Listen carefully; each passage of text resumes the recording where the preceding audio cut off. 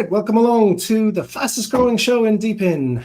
I'm your host, Neil Sisson, and just before I welcome the guests to the stage, just a quick few bits of news from Havelo and other things going on this week.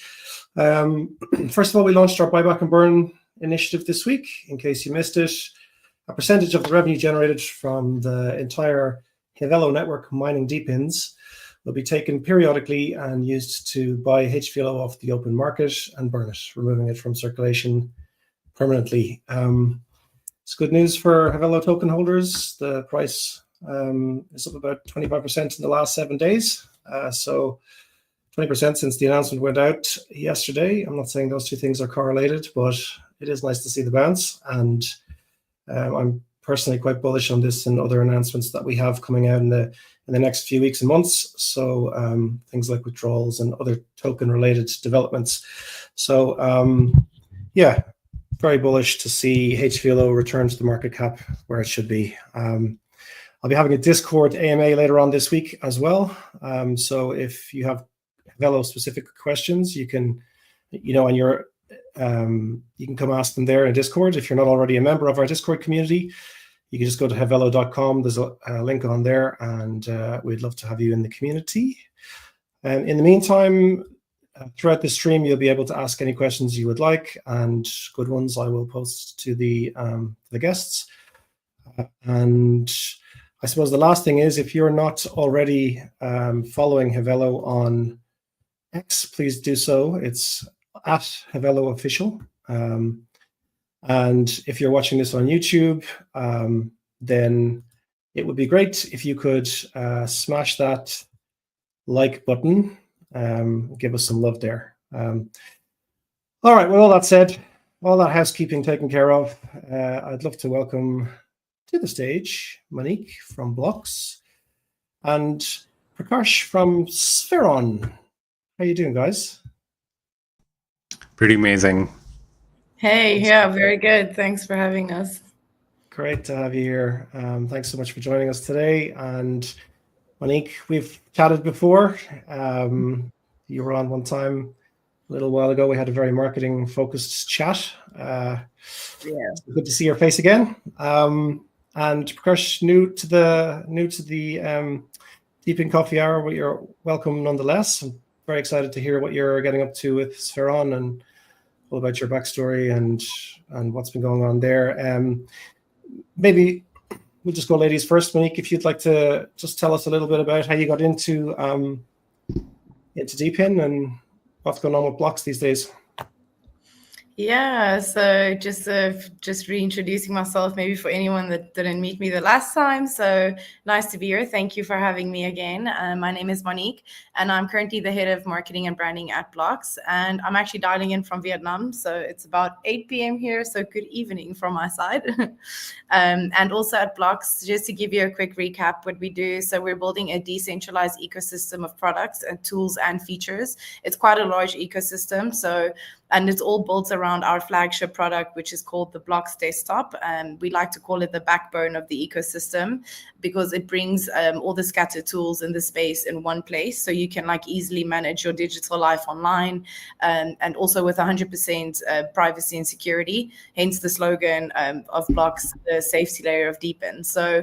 And we also take great care and attention into the transitions from Web 2 to Web 3. So welcoming any crypto or Web 2 newbies in the crypto space. So you can think of us as a easy to use, secure desktop companion with Web 3 tools, but it's built to look like Web 2. So yeah, that's the short summary. I can dive deeper into the tools if anyone would like, but yeah, just to give a quick introduction, I would leave it there. Oh, I think you're on mute, Neil. Yeah. Rookie error. Sorry, guys. I was just saying we would. Yeah, I was just chatting away. I both love and really hate StreamYard. Well, that's probably unhealthy. But anyways, Prakash, do you want to just walk us through your backstory and what's going on with Spheron? Yeah, for sure. My name is Prakash. I head ecosystem for Spheron. And at Spheron, we are building world's largest decentralized data center. And by that, I mean we are aggregating GPUs from around the world and also from different data centers around. And we have been forward-seekingly seen a good amount of success. Like we crossed around 5 million in ARR. For Web3 folks, that's annual recurring revenue. And we have been into this space for quite some time. And we have been rapidly growing with number of GPUs connected on top of us and providing infrastructure grade, which is scalable and robust for anything because it is GPU in the end. And then we have some products which just launched this week and post this week as well. We have Skynet, which is an no-code agent framework and tool, which is there out right now. We have Clippy, which is text to video. And we are making compute borderless and accessible to all. Very good. GPU compute. So a lot of, are you doing, when you say you aggregate the DePINs, maybe you could talk a little bit more about that. Which DePINs or what are the networks doing, that kind of thing? So it sits on two levels specifically, like what our focus is that there are consumer grade GPUs, and then there are machines which are H100, H200, which are bigger grades machines. So our focus is divided into both, specifically what the consumer really wants in.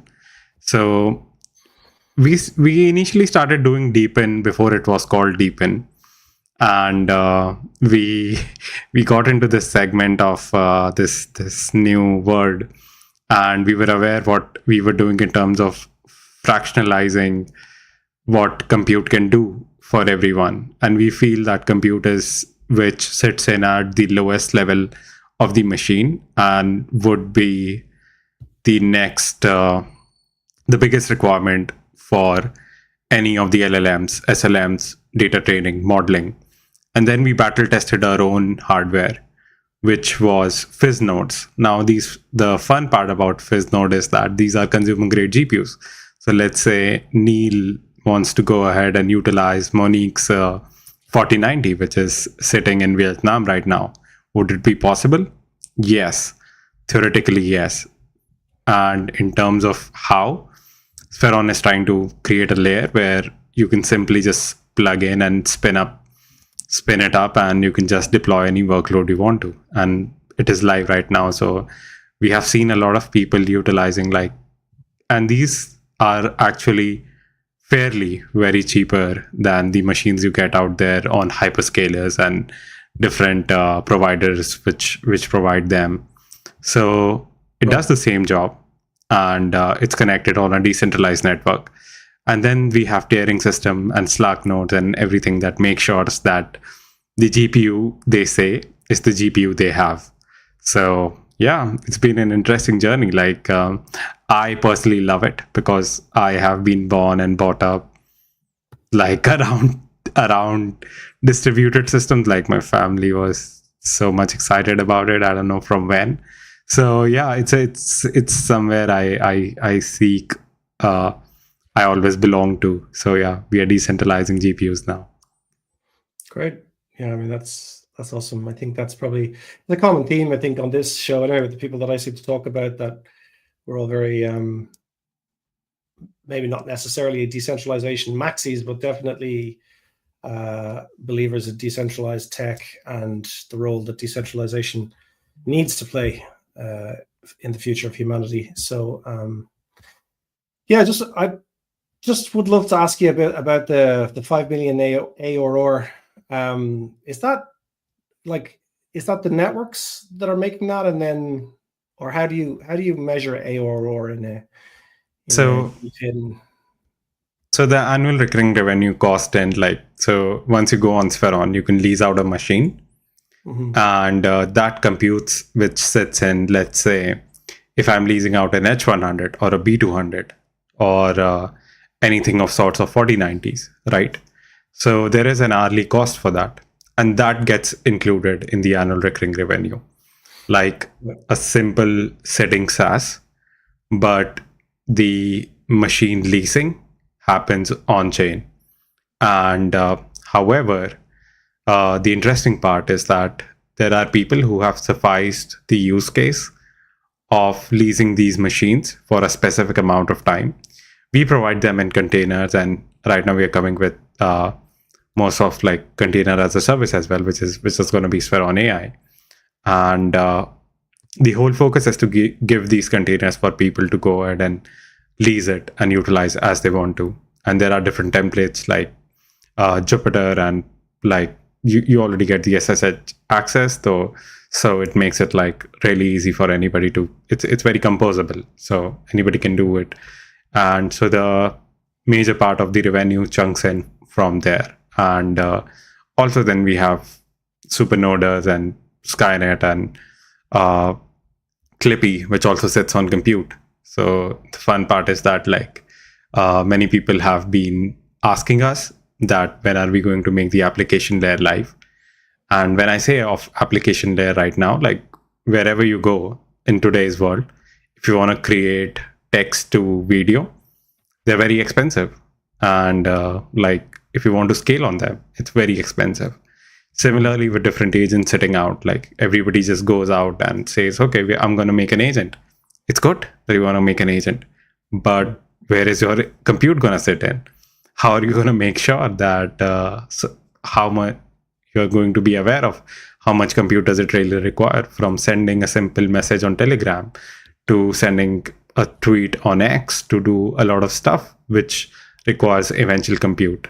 Now to power that, Spheron is the backbone of Skynet, and we saw that there is a huge gap, and we tried to fill that, and we took the opportunity to ourselves. Like we could have waited somebody to come in and spin off and create stuff around it, but we were like, this is too big to wait upon, right? Like this is something which is the next step, and everybody was like so crazy around agents. Like I personally felt that we took it too far, but like I personally feel that there is so much that can be done, and right now we are like automating most of the stuff.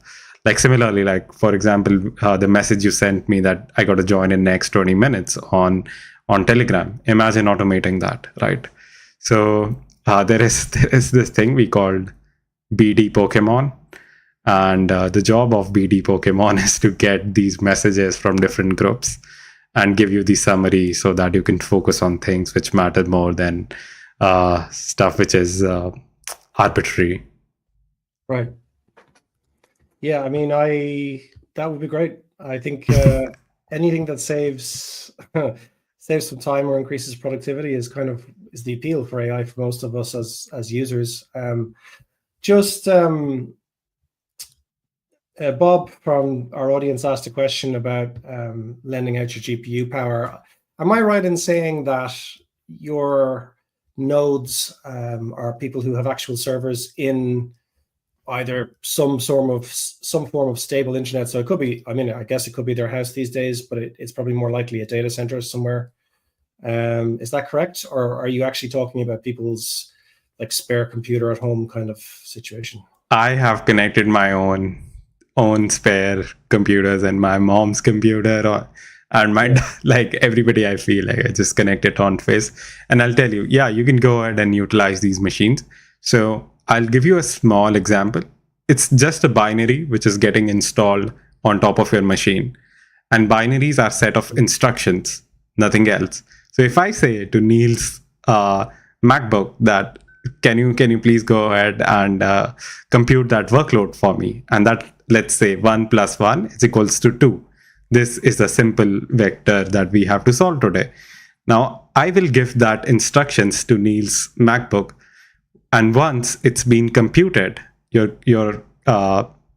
PC would be eventually free to do anything and any task they want to. But in that moment where it's calculating 1 + 1 is equals to 2, we are going to use that machine for that amount of time, but we would pay you for that. So the person who is utilizing it. So I find it like really fascinating, honestly. Like, so yeah, it's fairly very simple. It's and yeah, you'd be able to use it all the time. Like I've connected my 4090 onto this, and yeah, there are people who go ahead and do a lot of stuff on machine learning, but I play games post that and sometimes whiles. So yeah, you can do it. That's the thing, isn't it? Like if you've got a gaming rig and you're using it for GPU mining, it's you can't really be playing like the latest AAA games as well, or Yeah. only so much resources to go around. So I guess my last question for the moment is just around how you think decentralized GPUs can compete with like giant data centers where they have economies of scale. Yeah. I mean, most of the times we take it as a competition, but it really isn't. Like I cannot compete an F1 car with my Fiat, right? Like it doesn't make sense for me to compete two things which are completely different. Like one is actually designed and determined to create the best output that it can obtain in the most optimistic way. And here I am with my Fiat thinking, will it win the world? No, it won't win the world for you. You got to wake up from that dream, but you don't have to compare those two things. What I feel is that decentralized CPU is a whole segment itself. It's a blue ocean, right? Nobody was speaking about it 5 years back, but once you see, like, there are so many people who are doing distributed machine learning, who are doing federated learning, there is so much that can happen. Like, I personally feel that there is a whole segment of market. So there is this amazing report, which is AI 2027. Now, this report is basically a prediction around where the world is going to be, like in 2027, like how things are going to be. Like, and AI is moving like really fast. It couldn't like write a good joke 3 years back, and right now it's writing like production grade code. So once you see it, most of the compute is going to sit in with these large players, and these large players define where your next model is going to come from, where they are training on their weights on. I don't know, did you see the news yesterday where one of the engineers got like 100 million just to join Meta from the OpenAI team, right? There is so much stuff that is happening, right? Looking forward to catch me up. Exactly, yeah. I saw that actually, yeah. It's like it's insane. So us dreaming about that, us dreaming about that eventually, like our Fiat is going to perform as good as a F1 car. No, but imagine what 1,000 Fiats can do, right? The amount of horsepower they can generate, the amount of compute they can do similarly from the retail grade GPUs. And we need to fix that. And everybody, I think Hevelo is doing a great work into fixing that. I ran it on my system as well. Like I ran it for quite some time. I remember meeting your team back in Austin, and I was like, okay, right, I'm going to give it a spin and let's do it. Let's test it on my own personal machines. So that's where it comes from. Like, I think it's not a fair comparison, but I think people I think people compare it because, there's the perception that both are still trying to go for the same customers, the same enterprise clients, the same downstream demand, for want of a better way to put it. Would you disagree with that? I mean, you said it's a blue ocean, so does that mean, in your opinion, you think that that we're all targeting different customers? There's different use cases because it's different. I think, to extend your analogy, like 1,000 Fiats is going to provide a very different complexion of horsepower than a Formula One car. So yeah, I mean, it's doable. Like, it's the 5090s are getting like really better. Like I would say, it really depends on the models and the weights you're training upon. Like, if I would say that I have to find 1,000 people who are training a new model. I don't know. Like, would I be able to? I don't know. Like, it's tough in this market. Nobody is going ahead and training a model if they specifically have to, like, because there are so many things which comes into play. And for that, like H100s, H200s really do the job pretty well. Whilst I feel that for 5090s, somebody's fine tuning a model, definitely 100%. Somebody's running a text to video, 100%. Somebody's running image to video, 1000%. Like, put the things and machines on the right beds of people, and the pricing is gonna, like, it's gonna sum up the whole flywheel, because it acts like a flywheel. Like, something which is, I feel, is funny about our industry is that we tend to look more on words which are very fancy. Like, let's say if I say reinforced learning, right, everybody goes crazy on it, like, oh damn, what is happening? But initially, like, it's just changing states and making it more better, and the agent understands that from the next time I don't have to take this specific route. So these things are fairly very simple for machines to understand, and I feel that there is a very big market because of the agents, because of a lot of federated learning, because of different machines which are being, like, coming out in the market. Like, I'm a fan of 5090s, how powerful they are in terms of as a DePIN compute. Like, there are machines which are available on Spheron as well. And we have been seeing a huge demand of 4090s and 5090s in today's market. And even as sequencers and provers and all of that, like, there are different protocols and chains who require these machines, like, who need GPU compute. So my job is to fulfill that demand, where I can overlook the market and say, okay, this works for everybody, and this should work for it. It should run like an actual business, right? Like, people eventually forget that, like, in the whole charade of decentralization and all of that, people forget that we are creating businesses and it needs to be profitable as well. So yeah, we kind of are focusing on that. All right.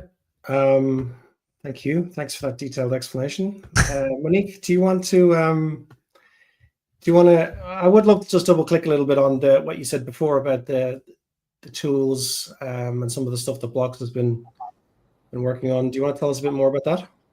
Yeah, sure. So basically, we actually recently just released the last version of the MVP of the desktop. So so we're on Blocks 2.0 now, which is EVM compatible, and we built on the EVM chain. And we also have smart contracts, so you can now build on Blocks as well. And also the desktop. So basically, like I said, the desktop has all the tools that's scattered around. I mean, if you open your laptop, you go to NordVPN, and then you go to Google for a browser, and it's like everything is everywhere. And if you're in the crypto space, it's like now you've got those tools, but if you're in the crypto space, you need extra security, and it is there because of decentralization.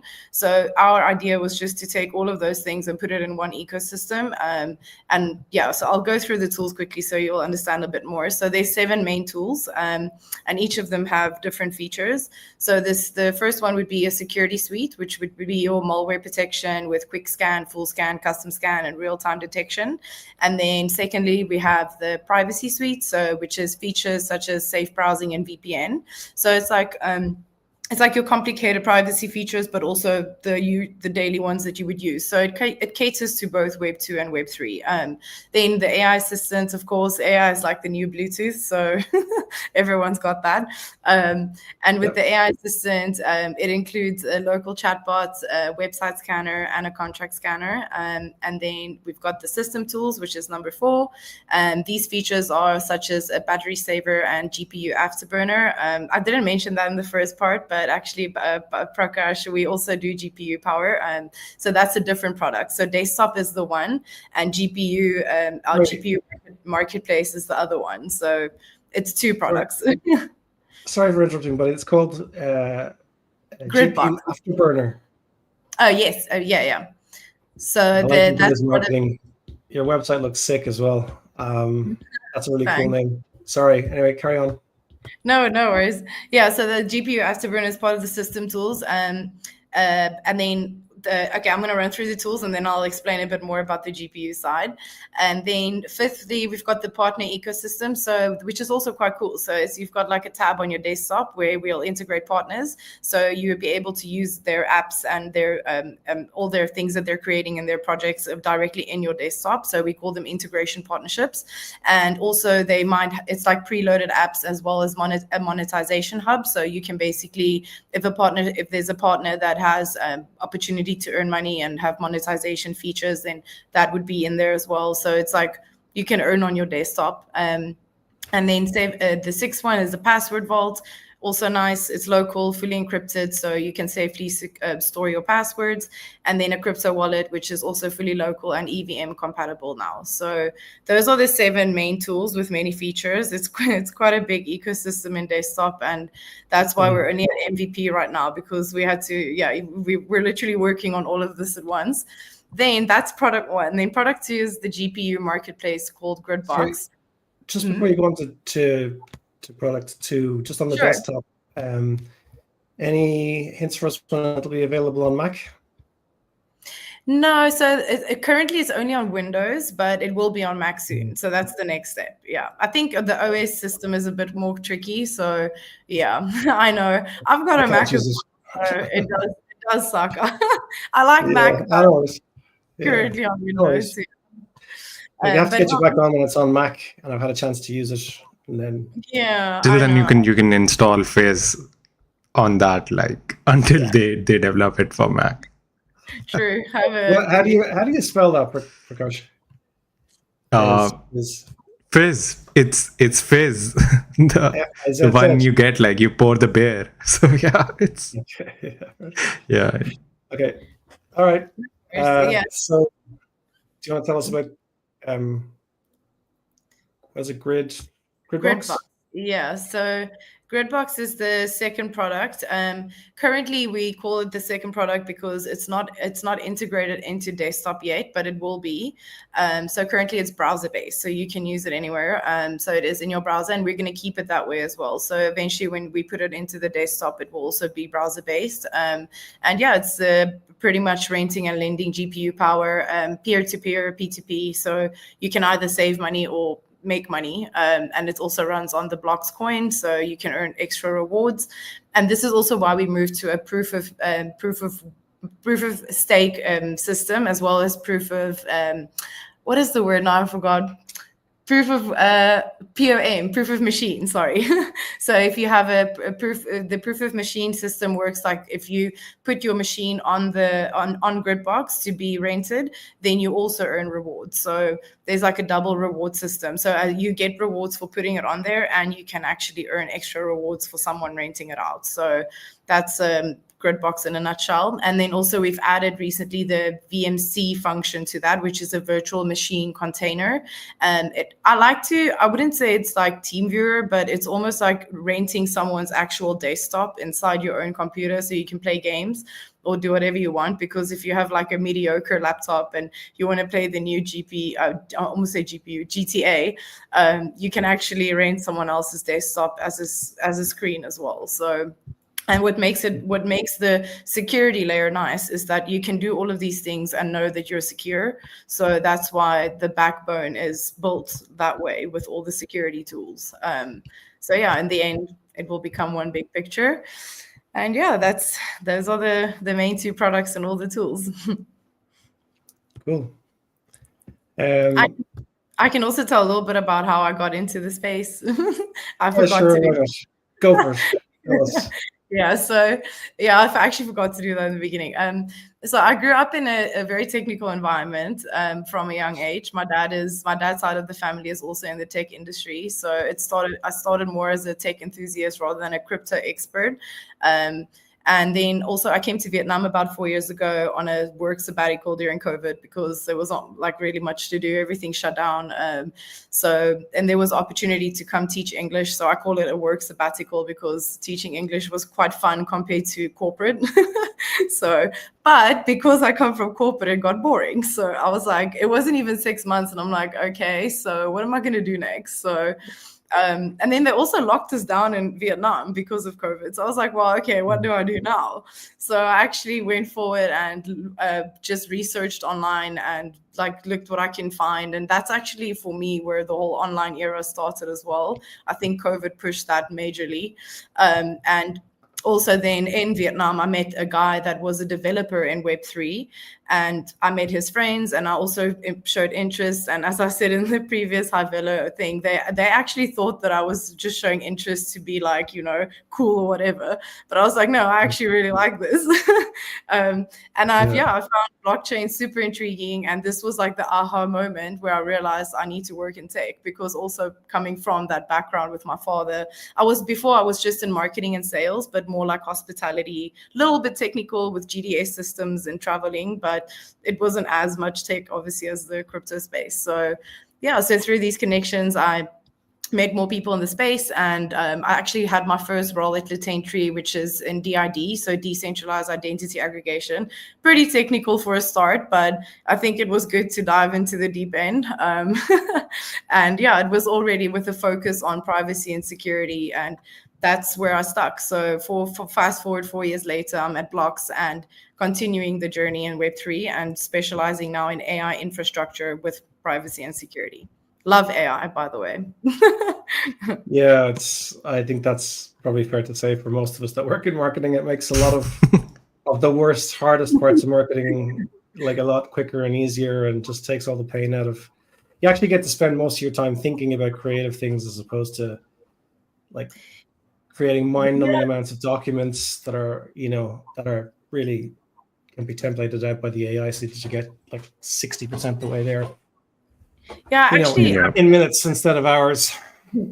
I recently actually started training a girl in Web3 as well, in the space on marketing, specifically in AI and tools, and how to manage daily tasks with a heavy workload, and using AI correctly to assist you with that. So it's been a great experience to see how my knowledge and skills that I've gained is helping others. She even made like a nice little post saying, "Oh, thanks for Monique for making this clear. The AI can actually do that." And I'm like, that's really good to see, because people honestly don't know how to use it. And it's if you use it correctly, you'll see a different side of it. So, but it's a matter of how old was the girl?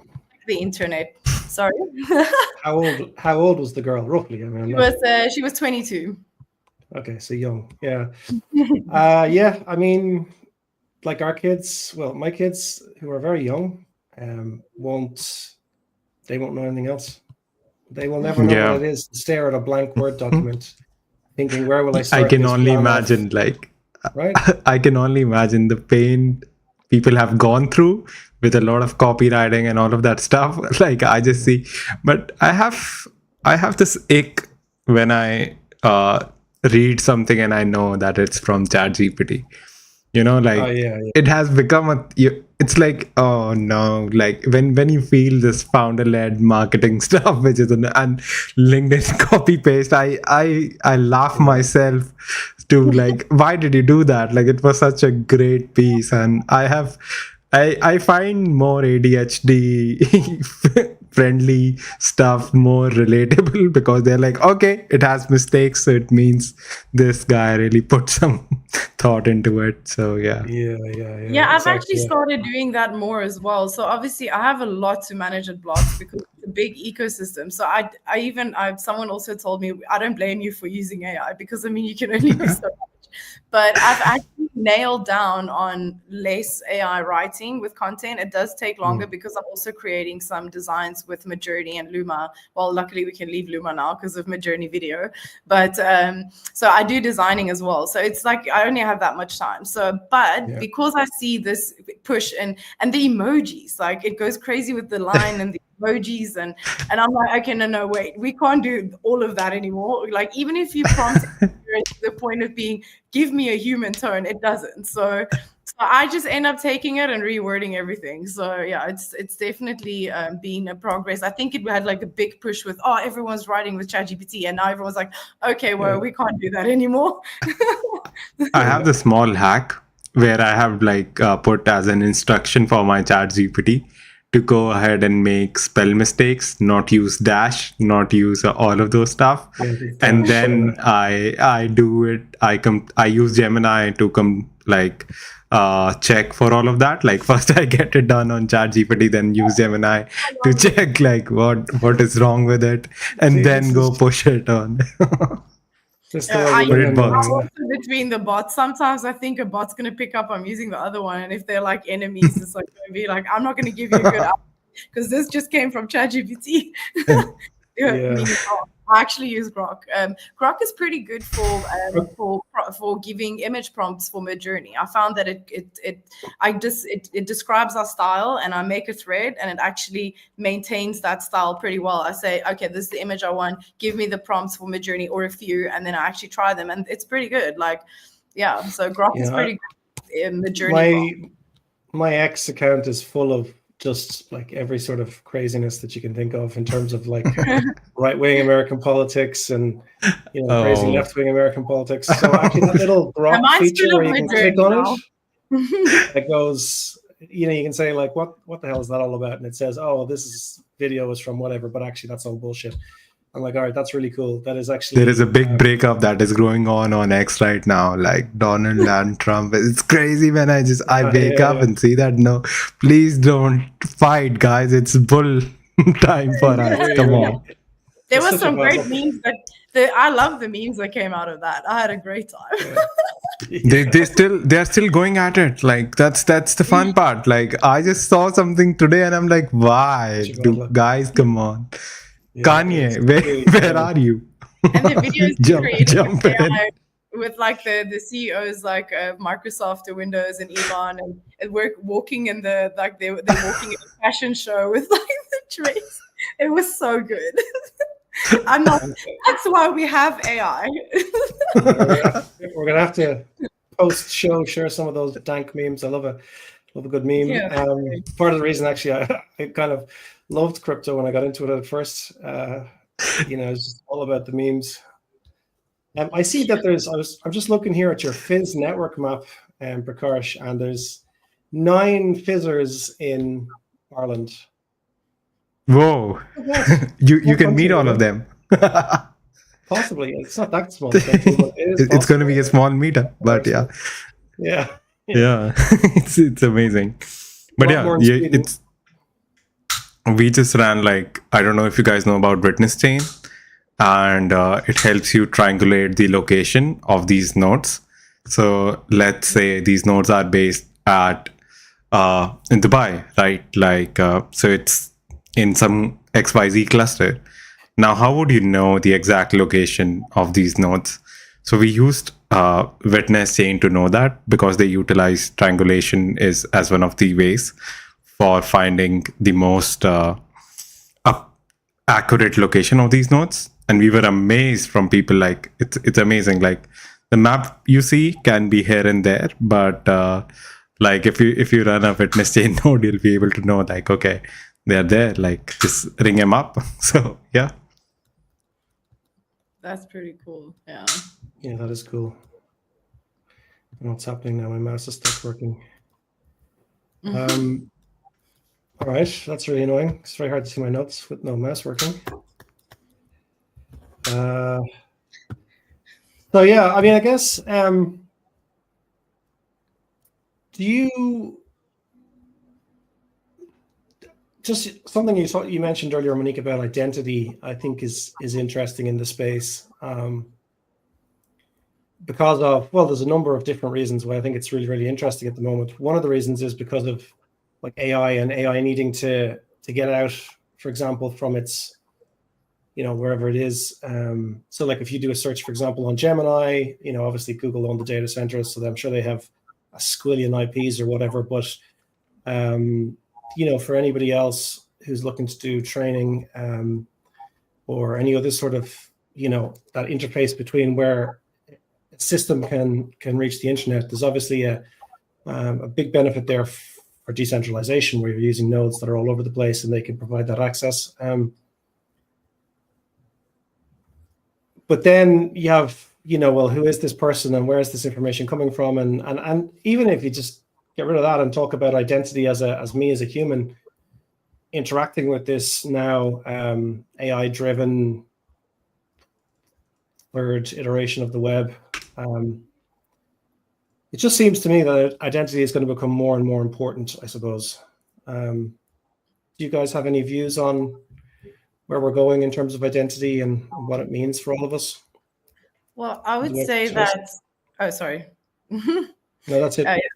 Yeah, I would say that obviously in the crypto space, identity has the fun part has been like, cool, I'm an NFT, you don't need to know who I am, which is, I think, can still be relevant. But how do you recognize someone and make sure that they're legitimate? And that's actually what we did at Latentry, is we rewarded people for like your wallet address is your identity. And if there was a platform, I'm not sure where they are right now. This was like 3 years ago. But at that time, so there's a platform that they made an app, and you can actually get rewarded for your assets. So if you're a holder of certain coin or whatever, all of these projects were integrating with them. So you can actually like rank in a leaderboard, and that's how they linked identity to assets in Web3. But I'm not sure what they're doing right now. But that's the part that I know about decentralized identity. And you can still, like, no one needs to know who your name is or what your name is and who you really are. But your address and your assets is linked to your wallet address. So it's, and you get rewarded for it as well. So that was the system they did at that time. I'm not sure if I'm answering the question correctly, but that's the part of identity that I did. The challenge I have with that, and of course there is zero knowledge proofs and all the rest of it. So you can potentially have an abstracted identity from whatever sort of identity verification is happening at any given point in time, at least theoretically. The issue I have with wallets is that, like, I've lost a bunch of wallets. I've had wallets that were potentially compromised where I felt I connected that to an app that later found out wasn't had some hack or something like that, so needed to transfer off my assets. I only remember that because it was an Ethereum wallet, so it cost me an arm and a leg basically to move my assets off. At the time, this is going back now a while in fairness. But there have been plenty of times in my life where I've changed wallets. So I'd imagine, and I don't think that's unique to me. So wallet as the keystone, the piece of information, unique. Doesn't seem like a great way to, no offense to your former company or whatever, but doesn't seem like a great unique identifier. So maybe I just wonder. I might be missing a step. I'm not sure. This was a while ago, but I remember you can have more than one wallet. You don't only have one. So it's a profile, but your wallet is the login.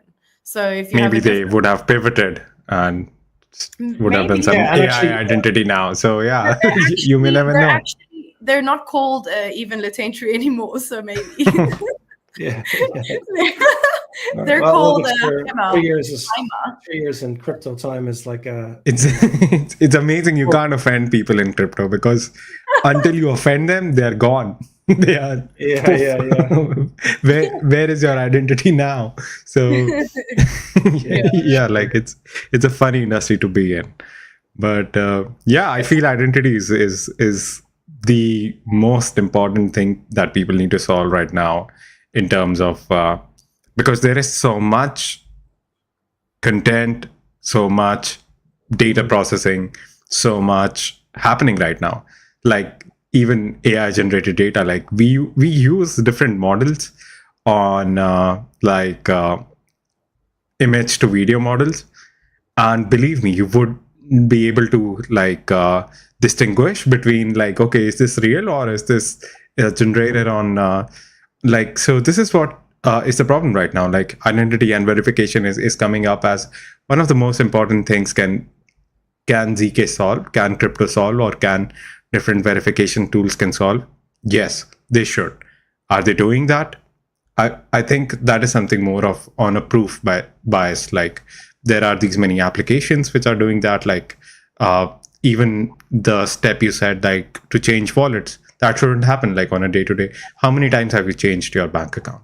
Like you just get one and it's with you for the rest of your life. And then the person who has you put in the will name. So that's the next it goes on to. But for crypto, it's interestingly pretty amazing that the entity can sit in on different chains and on different wallets, but there is no single source of truth for that. Like, you have to find out ways to protect those funds. And because this whole industry is nuanced, like very new, and there are so many there is a whole distinction of ways that people are coming out with so that they can utilize all the vulnerabilities around that. So that's also a thing. Like, apparently they are making better test cases for all of us so that we are sure that we shouldn't do that. So I think there is a lot to learn, and that really brings me to I somehow saved my private key on Slack. Like, I just messaged it to myself and I thought it's going to be safe, and that's, believe me, like I lost a lot of Wow. of my bag by that. Like, it gives me trauma to think about it, but yeah, like, yeah, that's a, but that's never do that. Never do that. Well noted. I work on Slack every day, so well noted. yeah, definitely not a good idea. But yeah, it actually came, while he was explaining that, it came back to me. I think that is what the Taintry tried to do, but yeah, they didn't quite get there. Right. Yeah, no, I feel like there should be a Web3 project at some stage, and maybe it already exists and I just don't know about it yet. But where you have essentially like the equivalent of a Web3 passport, where it's yours and it can't be, it's not possible to hack it, and you can use it for your, verifying you've created content or you've made a transaction. I don't know. You remember they're taking like an eye scan? There is this project which is taking eye scan all around the world. I can't remember. Oh yeah, that's WorldCoin. Yeah. WorldCoin? Yeah. Yeah, WorldCoin. Yeah, I mean, I don't want to take things to that level, like to protect my identity, and I just go ahead and here is my iris data. Go do anything. Yeah, right? And it doesn't even sound safe. Just even hearing it doesn't sound safe. Yeah. That's a bit personal. Yeah, I wondered about that as well. Like this. Yeah, I think the longer you spend in the space, the more cynical you get, and more like less willing to trust, I suppose, anything and everything. I mean, you can go Brian Johnson way, or you can go completely like Satoshi way, and you have to find a middle ground on both of these terms. Like, there is so much madness that can happen around your body, and then there is so much privacy that Satoshi has provided and gave us the idea that you can pull off the biggest stunt of the world and just be an anon. Yeah, privacy through total transparency. An interesting idea, in fairness. Bob asked if both Monique and Prakash could talk about the differences, about what differentiates their projects from the others in their space. It seems like a crowded space with many players right now. Yeah, I definitely would agree with that. It's one of the reasons we wanted to start this show, was to try and dig into projects and help people get to know what everybody's actually doing, so that we could kind of get an idea for where we're all going. So maybe if you want to, I have about 7-ish minutes left. So I guess if you want to take about 3 minutes just to run through what differentiates your projects from other projects, that would be great. I think he's going to give a more technical explanation, I can tell, but I will give my one as well. But you're in marketing. You should be able to give a good explanation. Come on. I'm sure you can. I don't know all the technicalities, but I think, if you don't mind, I'll go first. So what I think we differentiate the two is the fact that we are not only building GPUs, we have the desktop as the backbone, and we focus on scattered tools, making it simple for people in the Web2 space or crypto newbies to take part in all of these tools and features in Web3, but also kind of with the interface not looking like Web3. So we're simplifying the narrative, and that's our aim, is to bridge the gap between Web2 and Web3. So I would say that, and with privacy. So that would be the core function of blocks and the ecosystem, and then an additional value to have GPU power with Gridbox. So I would say it's like it's the whole ecosystem that makes us unique, but we have individual tools and products that would be competitive, that has many competitors. So if you look at the ecosystem, it's unique, but individually, yes, there is competitors. So that would be my high level explanation. Yeah, I mean, I think Bob was actually asking about, like, just in general. I don't think it was specifically to how you two are potentially competing against each other, or even Havelo, but just generally speaking, okay. In the space, because I don't actually see you guys as competitors. It's a good question. Maybe I'm wrong, but so this whole space is horizontally scalable. Like, once you see that there is a machine, every machine can connect it, be on top of it. So the differentiation really comes in it's simply on the level of how much can you connect these machines to a singular network, and that's it. Like, if you want to go ahead and connect on top of Spheron or BlockX or Havelo, you can do that. And it's scalable to an amount because it is actual physical infrastructure, right? Mm-hmm. So in terms of differentiation, like, I would say, like, we should potentially focus on few things, like what is the actual advantage you want to see from any network, and however, like, what is the eventual goal you want to see with your physical infrastructure. So if I have a phone lying around and I want to plug into anything, like, what I really want to achieve with that. So it depends on the projects to projects. Like, BlockX would do something with it, Havelo would do something, Spheron would do something. What makes Spheron different is that at the end of the day, we are going to use it on our application level. And you go and you see Fizz nodes, we are at 97% utilization. I don't know, like, it's a good thing or a bad problem to have. Like, we need more GPUs because people have been utilizing the applications like crazy. Like, we didn't ourselves knew that it would go out and blast into something which is so amazing. And we're able to save a lot of cost because it happens on actual infrastructure. So the only difference I feel that I can only comment for Spheron is that we are battle testing the infrastructure every day, and we are scaling horizontally. And we would be potentially working with BlockX and Havelo. Like, that's an unsaid question, because, like, I potentially feel that there is so much that can happen, because I see when I ran an Havelo node on top of I see that you were using, like, you can go on LivePeer, AIOZ, and all of these folks. So I was like, okay, so, like, it can eventually go and sum up Spheron as well. And similarly from BlockX as well, like, we can infrastructure it scalable. Like, there is so much, right? And we have these big conglomerates to fight. So yeah, come on, go ahead and connect those GPUs. Yeah, I mean, there's a lot more demand, it feels like, especially with AI and especially for GPUs, than there is supply of GPUs. Yeah, I mean, we can eventually even put it sounds like we can even partner, and you guys can leverage the platform for more GPU power as well. So yeah, that sounds like it's a certainty. It's not even like we are going to partner, because there are no GPUs. Like, good to know. I already made a note here. I'll message you after. So yeah. All right, there you go. DePIN Coffee Hour, making partnerships. Yeah. Love it. Cool. Well, it's been a very enjoyable chat, you guys. Thank you so much for joining, and thank you our audience who tunes in every week. Last week, actually, we were up. I think we had 115,000 2 days ago from last week, and it was still growing the views. So to everybody who watches, thank you so much. For me, this is the highlight of my week. I get to chat to people in the space who who are smart and know a lot about what they're doing, and it gives me great hope and belief in the space at large. To have so many smart people kind of working to try and build something that's that I just feel like, yeah, for any of us who have been sort of orange pilled, it feels like something that we need as humanity, like as a species.